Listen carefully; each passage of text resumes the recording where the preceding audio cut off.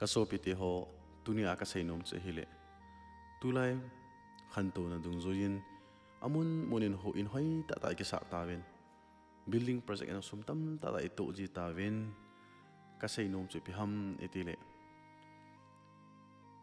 ngai lut lungsit na a ki phut do ho bung chu pathin phathei bo in chele semena songa ki sa ho in le le hi poi tu chung ibe na hele gen thei tin tang gala tola sopi sangam tan ho in tam ta la hi sopi sangam ta ki gyo ta lo hi tu lai hi ven sopi ho re ma mo ho ve tan ho bung ho in iki thopi wa hilai hagawa mang tha ding ho hi I hu do na ding hin phaten pan lao hi tin ho bung chu ki ngai lu le ki happy thim to hin kho in man ting le ho in ki sa do pa hi eima krista hin ho bung hung hi de hi